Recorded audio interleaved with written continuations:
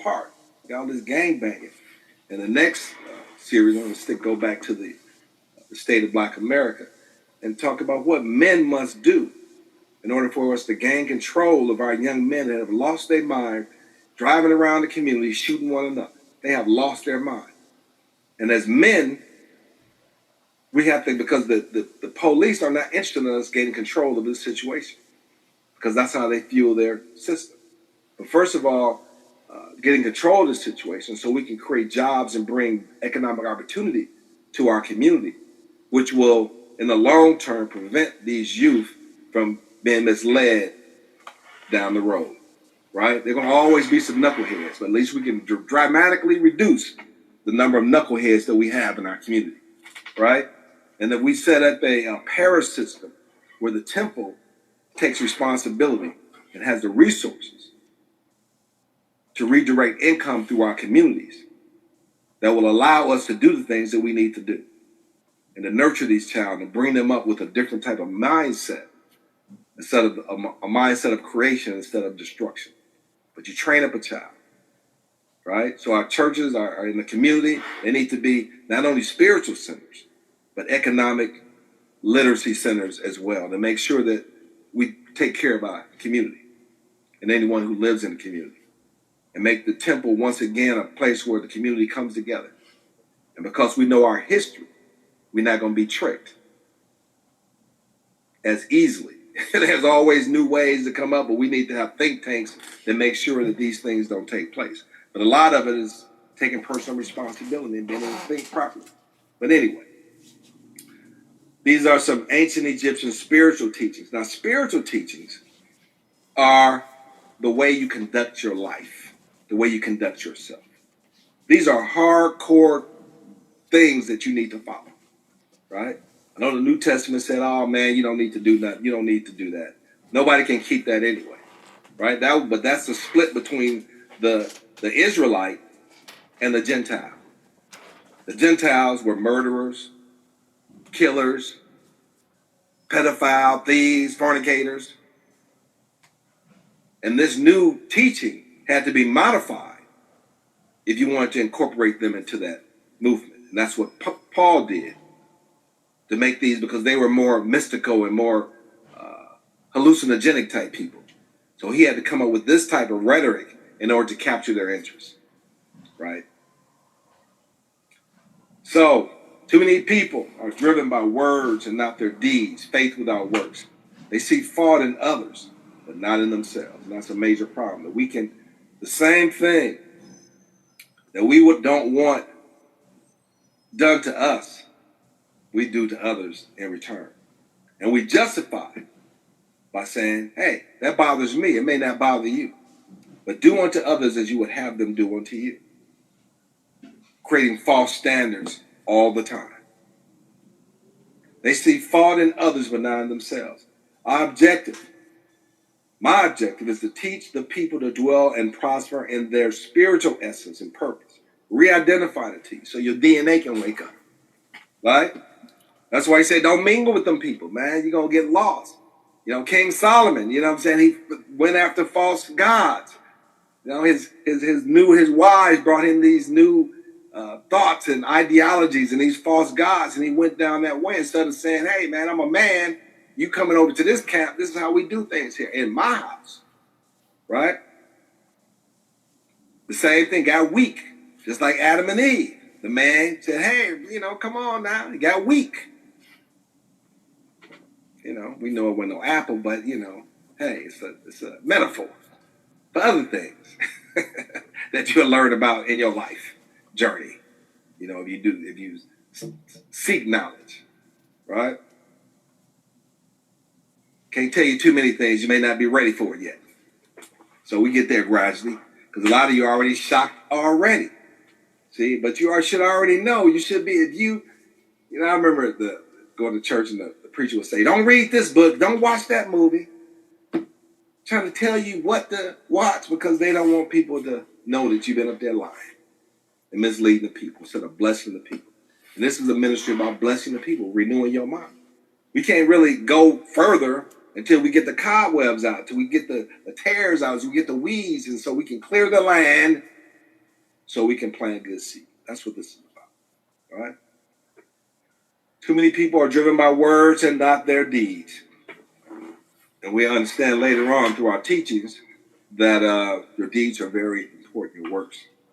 You know, and our black women love to say, God knows my heart. Yeah, that's true. And remember, your heart will be weighed and it will be light as a feather. So if your heart means good, then your works should follow what's in your heart and not the other way around, right? They see fault in others, but not in themselves. Our objective is to teach people to dwell and prosper in their spiritual essence and purpose. And the help you define your purpose. That's what the 30-day life plan is about. So go to the website, powerthrough.org, put your name, first name, email address, so we can start contacting you so you can take this journey. Don't be scared to learn something new, to look at things from a different perspective. But even, I'm not trying to convert you to a religion. It's not a religion. It's a way of life. So no matter what religion you belong to, especially Christianity, if you incorporate these principles into your religious doctrine teachings and make this a way of life, it's just only improve your understanding and help you be closer to your Jesus. That's all it's going to do. Because we're tired of Christians being the worst people there are. And then for you to believe that you all that when you're a destructive force in action. Not all of you. Now, we ain't talking about everybody. If it don't apply to you, it don't apply to you. But it's something to think about. So in the time that you think about doing something that's not right, you'll reflect.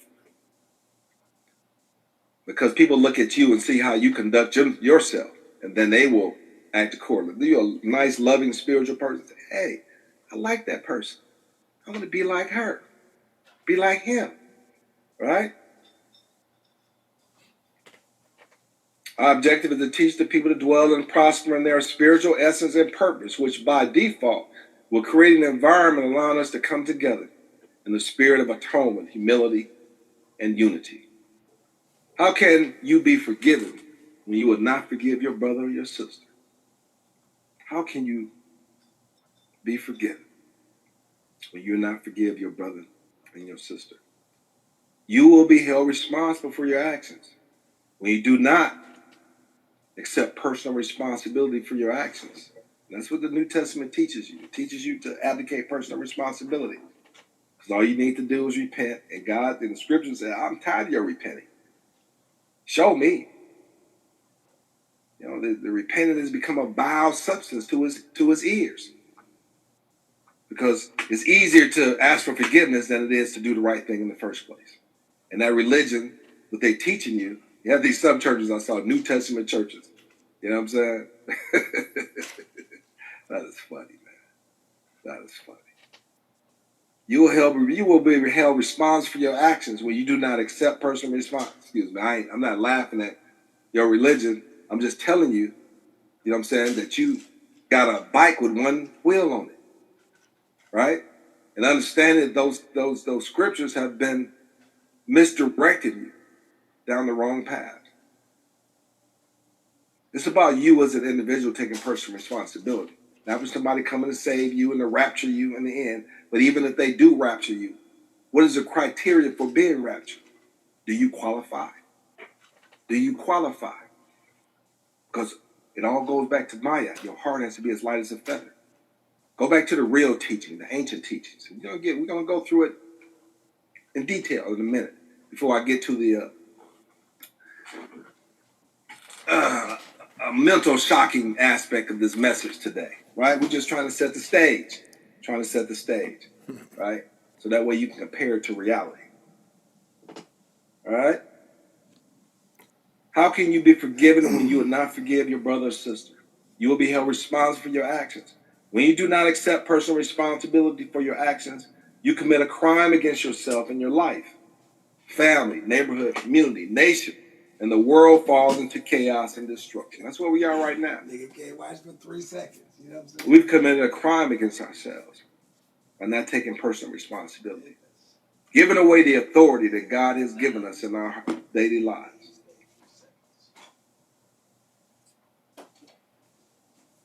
commit a crime against yourself and humanity and destruction and chaos. That's why I said before, we out of balance, man. We're just like the Gentiles. We're supposed to be a blessing to the world and the Gentiles by teaching them right, and then we fell into corruption and dishonesty and trickery and thievery. Looking out for ourselves. I got to get mine. I got my mind on my money and my money on my mind. Got to have designer this or designer that. We have lost our mind. We have lost our mind. We have shut it off. For example, we expect politicians to lie to us. Oh, he's a politician. That's a symptom of we've been totally degraded. Our mind has been degraded. And it started with the New Testament. It probably started way before then, but when the old ways fell down of spirituality, so the Crusades had to destroy a spiritual people in order to bring in this nonsense. And it took them hundreds and hundreds of years to do that. Of indoctrination and violence. To get people to believe something that they shouldn't believe in. That was total fallacy. Like Santa Claus and the Easter Bunny. What does that got to do with your spiritual essence? At least getting there. For example, we expect politicians to lie to us. We shouldn't expect lies. We should expect the truth at all times. So we accepted that. We accept things that we shouldn't. Just like accepting the fact that the government telling us now that we can't discipline our kids. I know there's crazy people out there. There's people that shouldn't have kids, period. But that's what you need the village for. To understand that and try to mediate those circumstances. And to help them, because most things are at an economic level. They end up taking the kids out and then giving the people who had the kids money. You should have just gave the parents the money in the first place so they can stay where they are. So you're creating a disruptive slave system where the same thing you did during slavery, you took children away from their parents.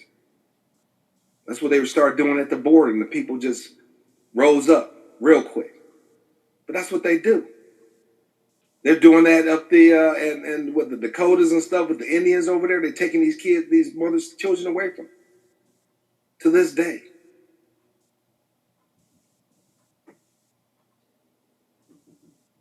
Can't you see that this is not an acceptable standard? Every aspect of our lives should be geared to principles of love and compassion for one another. We've lost our way. And it can't be rectified. The only way we can rectify it is through a change of our behavior and our conduct.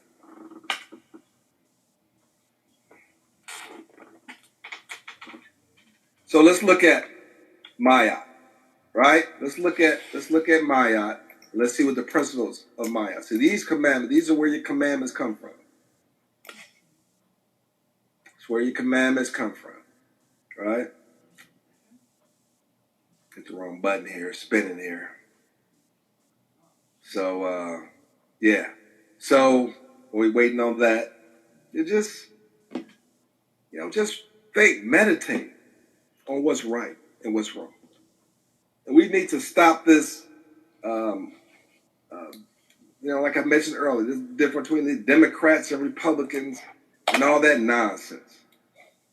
Wait a minute. None of them have served us. And the Democrats have destroyed us because they want to help. And when their objective is to destroy. Taking away your drive, your ambition.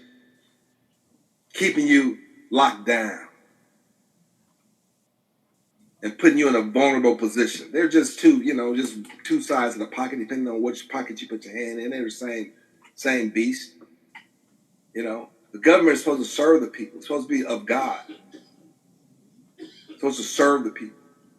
And the people have to stop. This country was built on bloodshed. We know that. But on industrialism. Even though they don't want to give our people, we were here. We were a ready source of industrialism and smartness. When they came here, there had to be a system already in place. Railroad systems were elaborate. They couldn't have done that. They don't want to tell you that in history. You have buildings and structure. Even in certain cities now, you go, and you look at the masonry and the fine workmanship that was done, you know that wasn't done in this time period.